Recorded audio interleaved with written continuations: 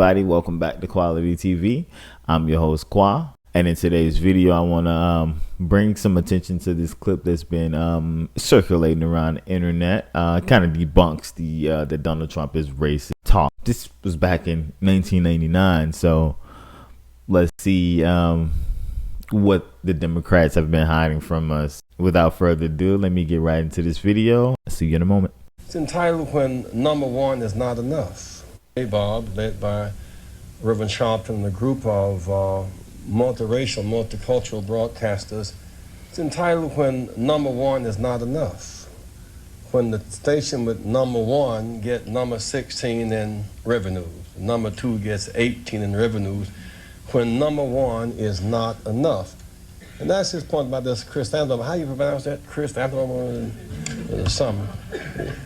The point is that this week the Jets played Denver. And if the Jets beat Denver and Denver goes to the Super Bowl, that would be illegitimate. There'd be something missing about that. And we experience over and over again the winner going home and the loser going to the Super Bowl. And that's what chrysanthemum is about. Thank you for that, Roger Ailes.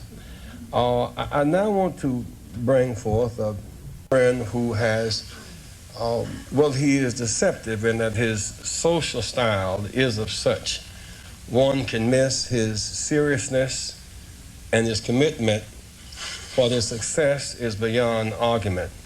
When we opened this Wall Street project and we talked about it, he gave us space at 40 Wall Street, which was to make a statement about our having a presence there.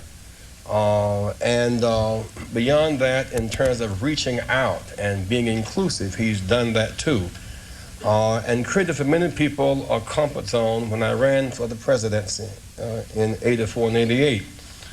And many other. I actually looked this up. He actually ran for president twice in the 80s.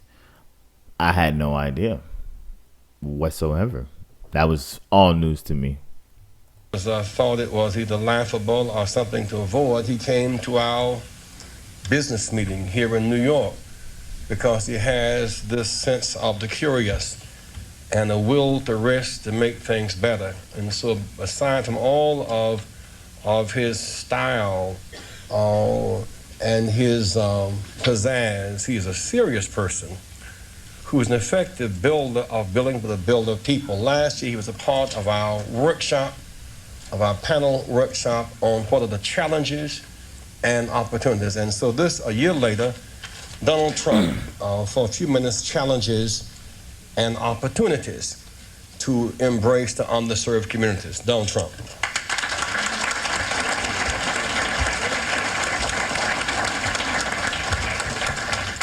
Well, it is an honor to be here, and I was with Jesse last year, and we had a lot of fun, and it was a little different.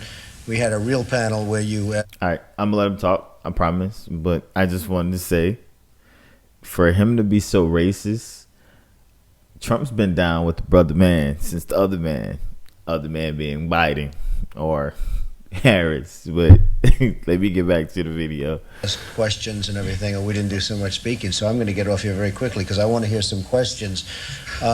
Jesse started off by saying most of the wealth in this country is in the hands of a few. And I thought to myself, is that a bad thing? What's wrong with that, Jesse? But he did have an expression last year, and I was just telling Roger, he had an expression last year, the wall on wall must fall. And you haven't used it today, and I'm very disappointed in this, Jesse, because I thought it was a great expression. And I heard the expression about 14 times, and then he came to me at the end of the session, and he said, listen, I want some office space in your building on Wall Street, because the wall on wall will fall. And I said, it's okay, Jesse, I'll make a good deal with you. I'll get you some space. You'll pay about $40 a foot. And he said, no, I don't want to pay 40. I said, how about 30? No. It was the cheapest deal I ever made in the history of 40 Wall Street. Is that right? He got it for nothing. He's a very tough negotiator. We know that, right? Nah, he's a terrific guy. We love him, and I'm here for him. And the snow came, and I said, gee, nobody's going to show up, and look at this place, it's packed. I do want to say a couple of things. First of all, where's Percy? Oh. I don't see any racism. Looks like to me that they had a brotherhood, if you would, him and Jesse. I know they went way back into the 90s and whatnot. I think during Trump's first presidency, they kind of fell out a little bit or something like that. I'm not sure. If you know, just let me know down in the comment section below. But from what I see, no racism. He's been helping out black people. He even showed up to help with the campaign, Jesse Jackson's campaign. If you know who Jesse Jackson is, you know who Jesse Jackson is. And Trump's been supporting minorities, black people, if you would, forever now. So I don't see any difference between then and now. He's actually still out here. He was donating to HBCUs. He pardoned black rappers. I know a lot of people say, "Oh, that's a N-word reason to vote for him," but no, that's not why I vote for him. But I like to bring it up because if he was racist, I don't care.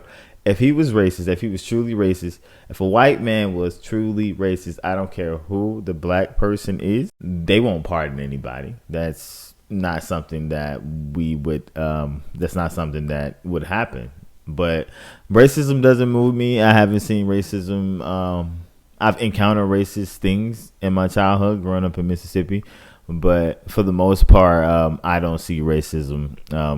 When you want to talk to me or get a point across to me, if you put racism in it, you lost me at that point. Because we live in the greatest country in the world. And I feel like everybody has an opportunity here. So I don't think that because I'm black, I'm mutually excluded from things. It's all about merit, in my opinion. It's all about the personality. It's all about the person, individualistic approaches. That's how we're going to solve our problem. I'm not down with the hive mind. But at the end of the day, I don't think he's racist. But if you enjoyed the content today, please feel free to like, share, and subscribe. And until next time, I'll see you on the next video. Peace, love, fish grease.